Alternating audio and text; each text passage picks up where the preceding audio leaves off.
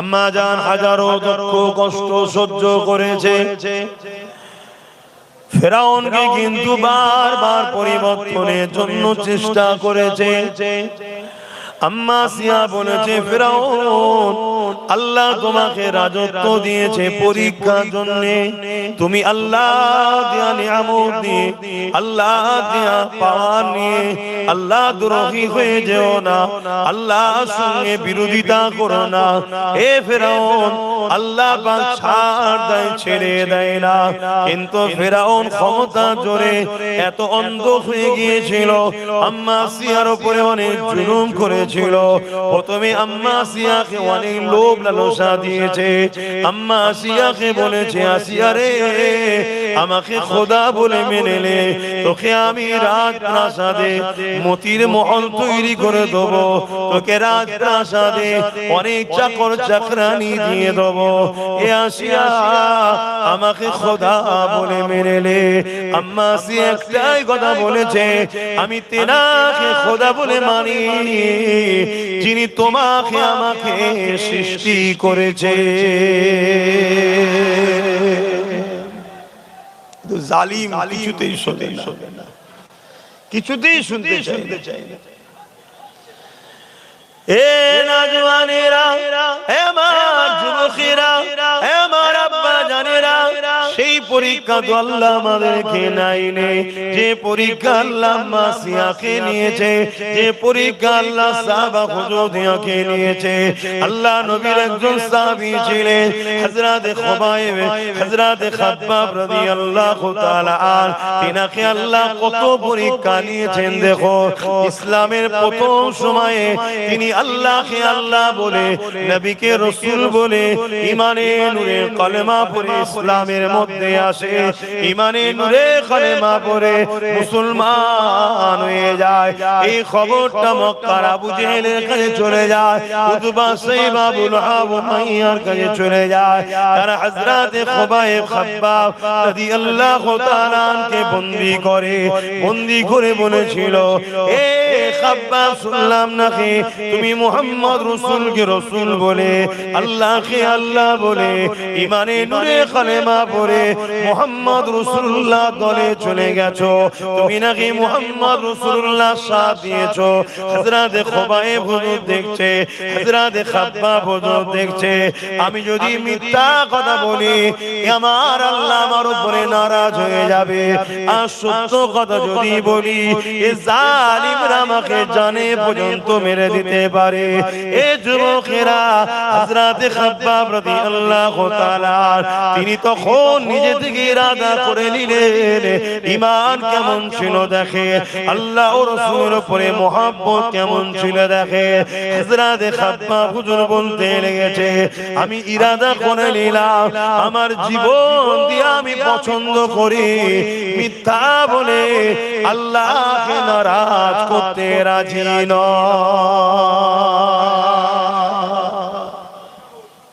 একটা মিথ্যা বলতে চাইছে না, জান দিতেও রাজি।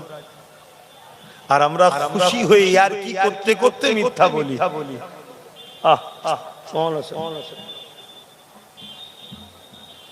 মেম্বারের উপরে নয়, মেম্বারের উপরে গান বন্ধ রেখে দাও মোবাইল।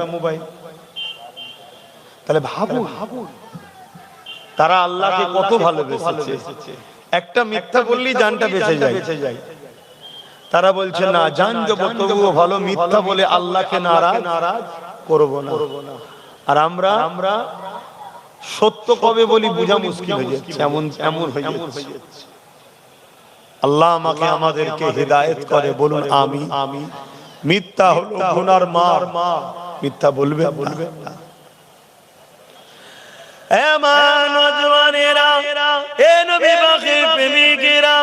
আল্লাহ নবী সাহাবী হযরত খাব্বাব রাদিয়াল্লাহু তাআলা আনকে হযরত ওমর ফারুক রাদিয়াল্লাহু তাআলা আন জিজ্ঞাসা করেছিলেন, ও ভাই হযরত ওমর, ও ভাই হযরত খাব্বাব, শুনেছি আপনি ইসলাম প্রথম জামানাতে কবুল করেছে, ইসলামের প্রথম সময়েতে আপনি ঈমানের কলেমা পড়েছে, এর জন্য জালিমরা আপনার উপরে অনেক জুলুম করেছে। ও ভাই খাব্বাব, আপনি কি আমাদেরকে বলবে কিভাবে আপনার উপরে জুলুম করেছে? হযরত ওমর ফারুক তখন খলিফাতুল মুসলিমিন, আমিরুল মুমিনিন, রাজ দরবার ভর্তি লোক রয়েছে। এই জায়গায় যখন ওমর ফারুক জিজ্ঞাসা করলে, আল্লাহ নবী সাহাবী হযরত খাব্বাব রাদিয়াল্লাহু তাআলা জামার উপর থেকে হাত থেকে এইভাবে টেনে টেনে দেখায়, তোমার আমার কোমরের সুন্দরের জন্য গোশত রয়েছে। আল্লাহ নবী সাহাবী হুজুরের কোমরে কোনো গোশত ছিল না, একেবারে চামড়ার হাড় লেগে রয়েছে। এই দৃশ্যটা দেখে হযরত ওমর ফারুক রাদিয়াল্লাহু তাআলা অবাক হয়ে গিয়ে আল্লাহু আকবার বলে চিৎকার দেয়, দিয়ে বলতে লাগে, ভাই খাব্বাব, আল্লাহর জমিনের উপরে এমন কোমর তো কারো দেখেনি, এরকম অবস্থা তোমার কি করে হলো?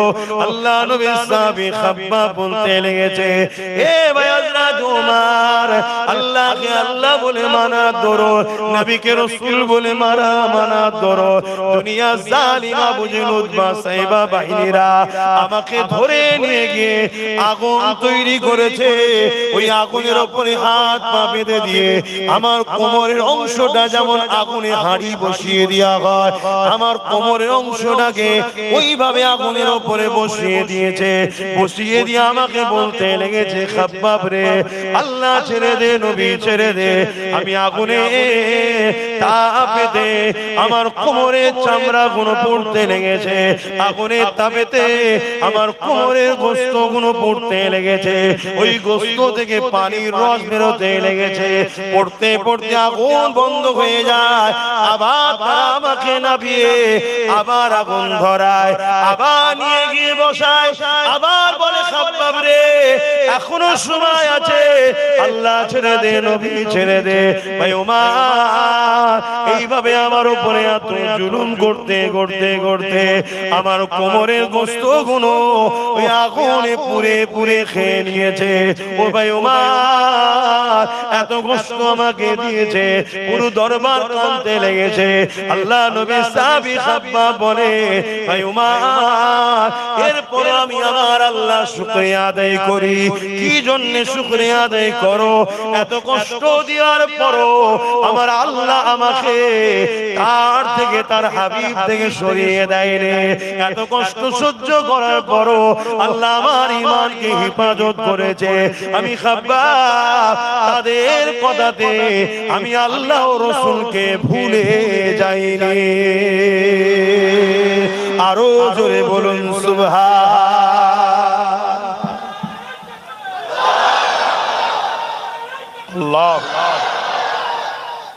আর আজকে বলো ভাই, নিজেদের দিকে তাকাও, আমি আমার দিকে তাকাচ্ছি, তুমি তোমার দিকে তাকাও। ঠান্ডায় ফজর বেলা উঠতে পারছে না, উজু করতে পারছে না।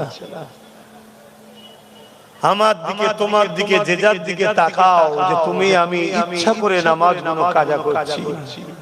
আমার তোমার দিকে তাকাও, আমি তুমি ইচ্ছা করে গান, যাত্রা, ফাংশন, মেলা নিয়ে ব্যস্ত।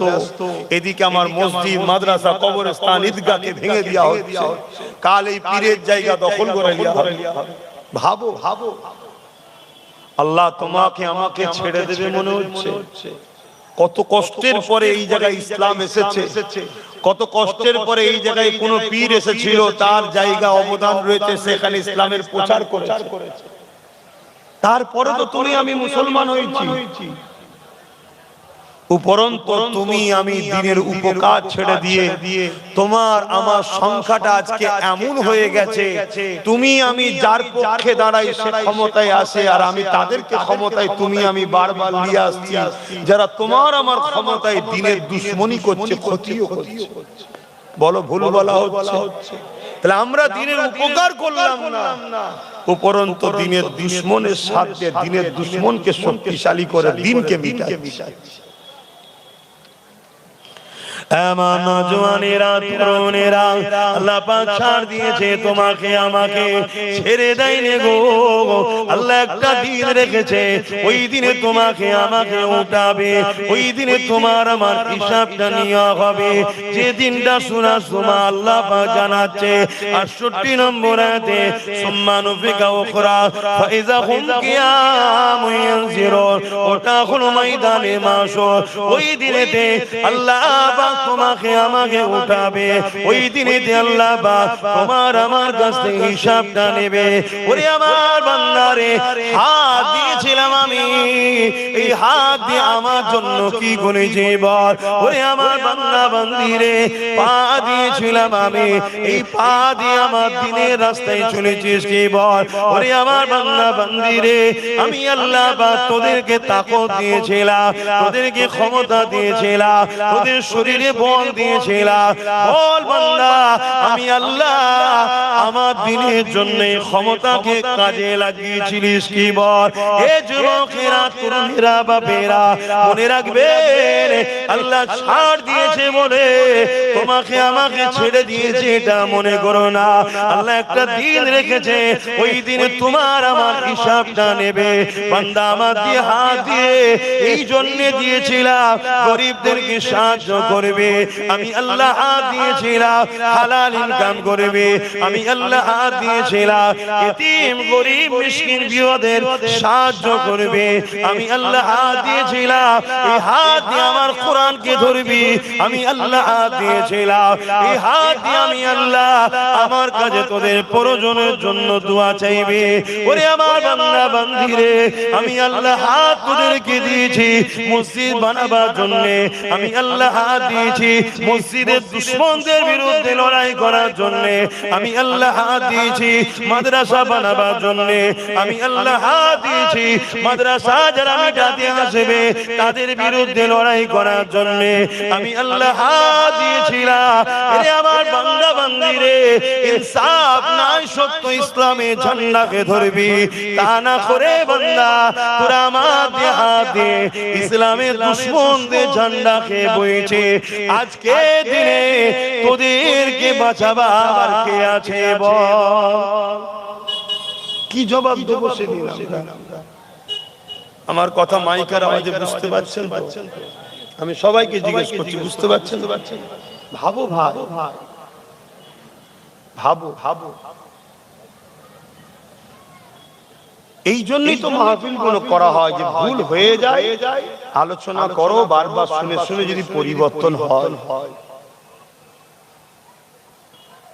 গতকালকেই আমি এখান থেকে যাচ্ছিলাম তোমরা সম্ভবত গজলের কোন অনুষ্ঠান রেখেছি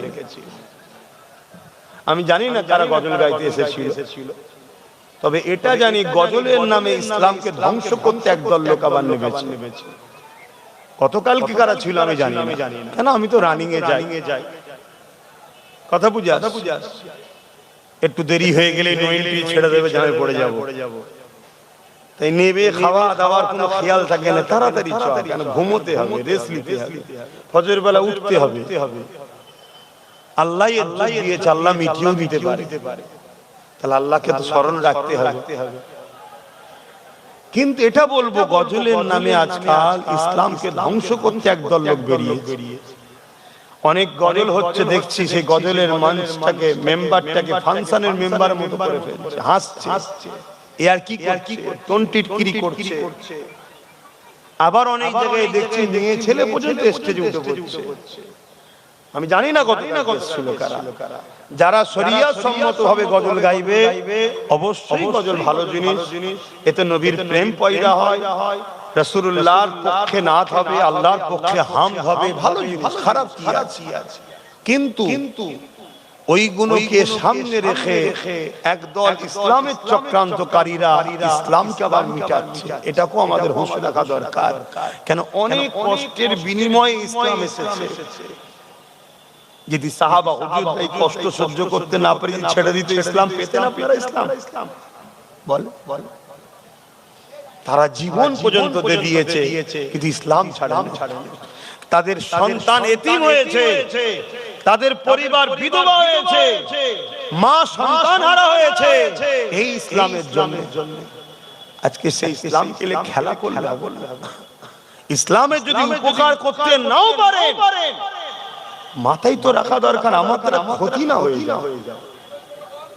জলসা মাহফিল যদি দিতে নাও পারি কমসে কম জলসা দিয়ে যেন ইসলাম বিরোধী কাজ না করে ফেলি, এটাও তো মাথায় রাখা দরকার। কারণ আজকাল অনেক জায়গায় জলসা হয় মেলার মতো, বিভিন্ন ফাংশন, দোকান, লাগতদোলনা, মনোহারি, আরো কি না বসে, অনেক জায়গায় হয় না। এটা কি ইসলামের উপকার হচ্ছে মনে হয়? অবাধে ছেলে মেয়ে একসাথে ঘুরছে, চোখের জেনা, কানের জেনা, নফসের জেনা, কত জেনা হচ্ছে না? তাহলে ধর্ম জেনা শিখায় না, জেনা থেকে রুকায়। ধর্মের নামে যদি জেনা করা হয় তাহলে আল্লাহ ছেড়ে দেবে? কি গো বলবেন তো ছেড়ে দেবে? তাতে মনে হয় জলসা যদি নাও দিত মনে হয় ধরা পড়তো না। অনেক কষ্টের বিনিময়ে ইসলাম। এমনও দিন গেছে আল্লাহ নবী 3 দিন পেরে পাথর বেঁধে কাটিয়েছে। এমনও দিন গেছে আল্লাহ নবী জালিমদের জুলুমে পাহাড়ে পর্যন্ত চলে যেতে হয়েছে। এমনও দিন গেছে আল্লাহ নবীকে নিজের মাতৃভূমি ছেড়ে দিয়ে আসি মদিনায় চলে যেতে হয়েছে। কি জন্যে? আমার রাসূলুল্লাহ দ্বীনের কথা বলেছে, আমার নবী পাক ইনসাফের কথা বলেছে, আমার নবী পাক মানবতার কথা বলেছে, আমার নবী পাক গরিবের পক্ষে কথা বলেছে, আমার নবী পাক এতিমের কথা বলেছে, আমার নবী পাক বিধবার কথা বলেছে, আমার নবী পাক এক আল্লাহকে মানার কথা বলেছে। এই জন্য মক্কার মুশরিক জালিমরা আমার রাসূলুল্লাহর উপরে কত জুলুম করেছে। এই যুবকেরা এই দিনের জন্য আল্লাহ নবী উহুদের ময়দানেতে দান্দা মুবারক খানা শহীদ হয়ে গেছে। এ উম্মতে মুহাম্মাদি, তোমার মধ্যে যদি রাসূলুল্লাহর প্রেম থাকে তবেই তো তুমি ঈমানদার, তবেই তো তুমি জান্নাতি। তোমার মধ্যে যারা পরিমাণ যদি নবীর প্রেম থাকে একবার বুকে হাত দিয়ে বলো এই দিনের জন্য আল্লাহ নবীর দান্দা মুবারক শহীদ হয়ে রাসূলুল্লাহ চেহারা রক্তাক্ত হয়ে গেছে। একবার বলো তোমার রাসূলুল্লাহ এই দিনের জন্য তায়েফের জমিনে মার খেয়ে কেন চৈতন্য হয়ে রক্তাক্ত হয়ে পড়েছিল। একবারও কি তোমার দিলে ব্যথা হয় না? একবারও কি তোমার মন সাড়া দেয় না? একবারও কি তোমার দিল কাঁদে না? আরে আমার রাসূলুল্লাহ এই দিনের জন্য কত কষ্ট করেছে। আমি সেই নবীর উম্মত হয়ে দিনে যদি উপকার করতে নাও পারি, দিনে যেন ক্ষতি না হয়ে যায় আমার দ্বারা, এটা একবার ভাবা দরকার। উম্মত হিসাবে তোমার আমার আছে না নাই? আমি মাঝে মাঝে দাদা হুজুরের মাজারে যখন যাই, আগে তো প্রায় যেতাম, আগে রোজ যেতাম। এখন তো দোয়া পেয়ে গেছি ওই জন্য অত যেতে পারিনি, এত ব্যস্ত হয়ে গেছি। মাঝে মাঝে যখন ঘরে ফিরি তখন মনে হয় যে কি ব্যাপার, বেটা কি রাগ করলো নাকি, আর যেতে পারছি না কেন, এত ব্যস্ত হয়ে গেছে। আজকেও জলসাই তাড়াহুড়ো করে কোন রকম ভাবে ছুটে এসে প্রথম জলসা ধরলাম।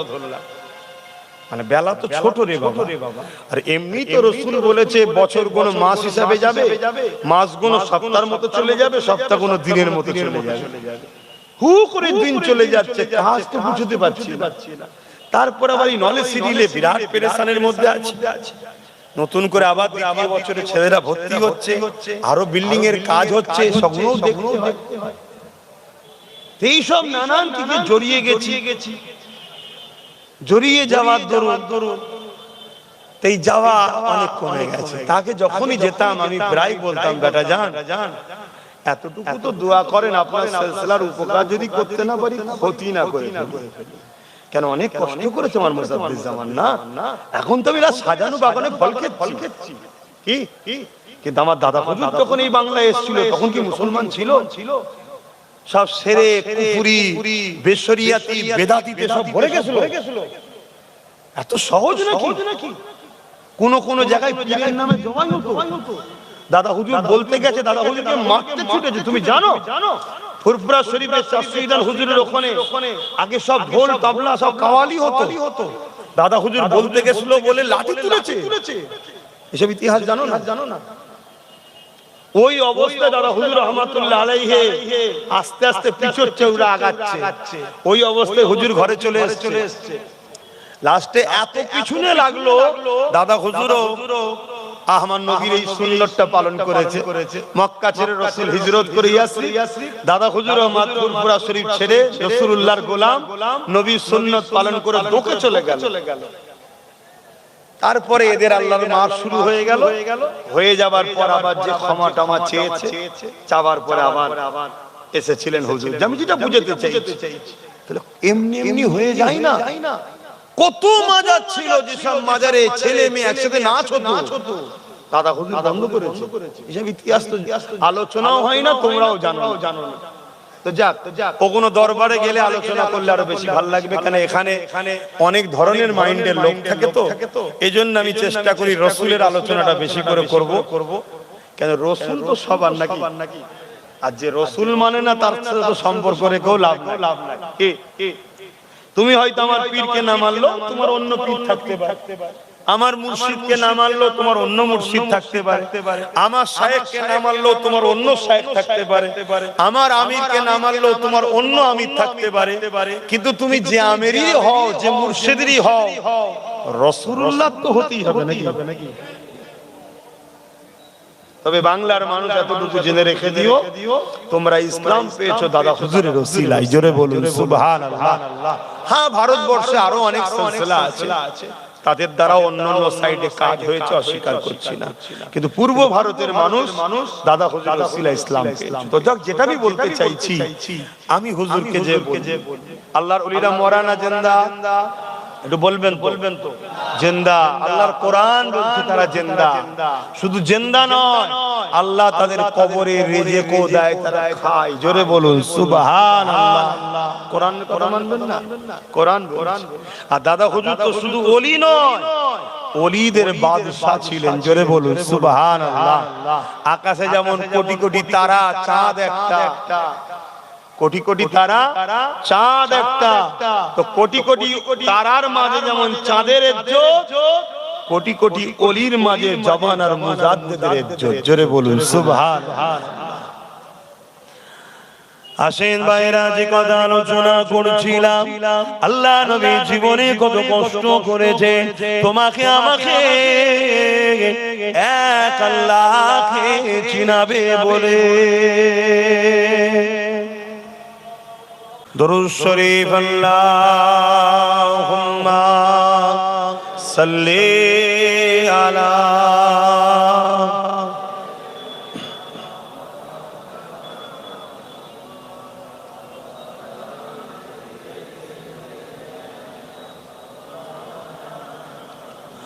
रातें भी मदीने की, बातें भी मदीने की, रातें भी मदीने की, बातें भी मदीने की,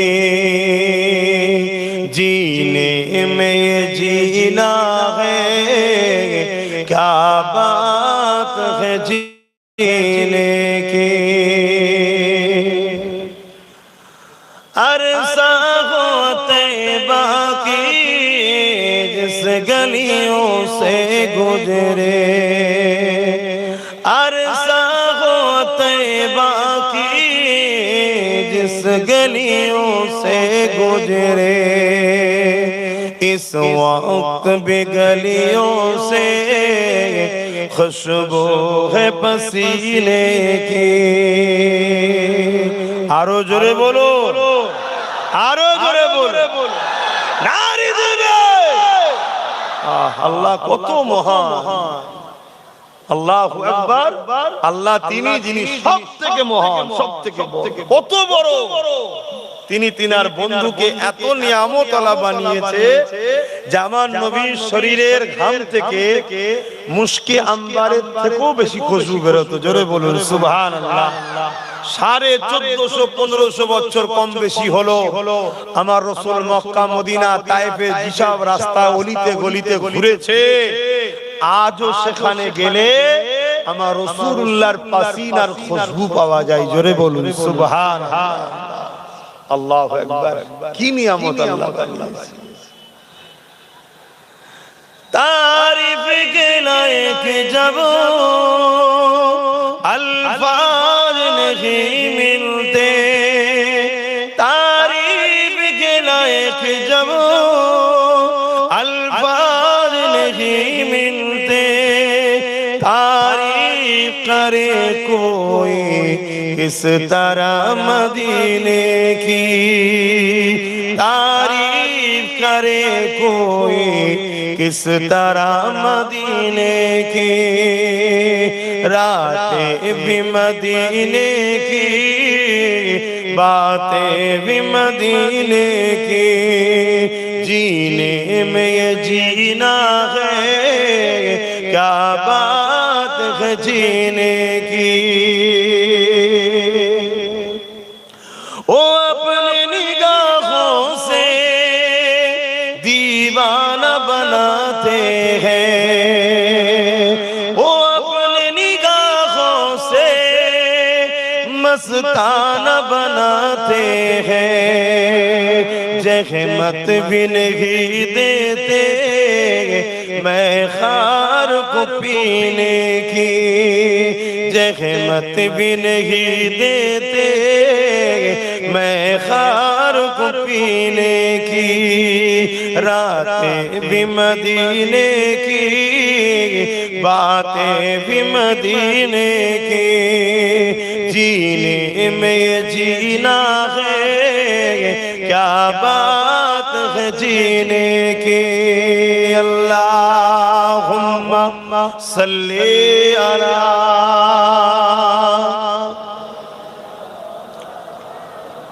वला आले।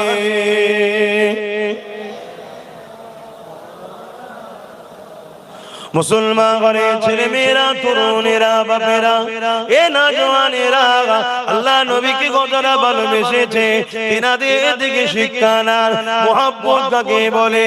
এ নওজওয়ানেরা আল্লাহ নবীর সাহাবী হযরত খুবাইব রাদিয়াল্লাহু তাআলা হুজুরকে খ্রিস্টান বাদশারা বন্দী করলো, বন্দী করে নিয়ে গিয়ে তিনা সাথীদের ঘরে একের পর এক ছুরিতে চাপিয়ে শহীদ করে দিতে লেগেছে। হযরত খুবাইব হুজুরকে বলতে লেগেছে, এ খুবাইব রে, আমাদের কথাকে মেনে নাও, এ খুবাইব তুমি আমাদের দিকে চলে আসো, তাহলে তোমাকে রাজত্বর ভাগ দেওয়া হবে, এমন করে সুন্দর নারীর সঙ্গে নিকাহ দেওয়া হবে, এ খুবাইব জানটাও বেঁচে যাবে, নাই তোমার সাথীদের মতো তোমাকেও শহীদ করে দেওয়া হবে। আল্লাহ নবীর সাহাবী হযরত খুবাইব রাদিয়াল্লাহু তাআলা কেমন ঈমান ছিল, কেমন রাসূলুল্লাহর উপরে মুহাব্বত ছিল, কেমন আল্লাহকে প্যার করেছিল। হযরত খুবাইব হুজুর বলতে লাগলে, এই জালিম খ্রিস্টান বাদশা শুধু রেখে দে, আমরা মুহাম্মদ রাসূলুল্লাহর গোলাম, আমরা মুহাম্মদ রাসূলকে মাননেওয়ালা, আমরা আমাদের জীবন দিয়া পছন্দ করি, আল্লাহ ও রাসূলকে ছাড়া পছন্দ করি না।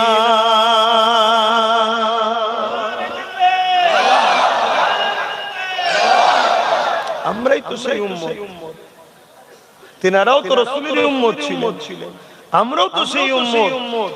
আজকে আমাদের অবস্থা কি? এক কাপ চায়ে তো উম্মত বিক্রি হয়ে যাচ্ছে, 500,000 টাকা তো উম্মত বিক্রি হয়ে যাচ্ছে। ভাবো, আর আমাদের কাঁধের উপরে বন্দুক রেখে জালিমরা আমার ইসলামকে গুলি করছে, আমার রাসূলুল্লাহর শানে গুস্তাখি করছে, আমার কোরআনের শানে গুস্তাখি করছে, আর আমরা তাদেরকে কাঁধ দিয়েছি ব্যবহার করো। আল্লাহ ছেড়ে দেবে আমাদেরকে?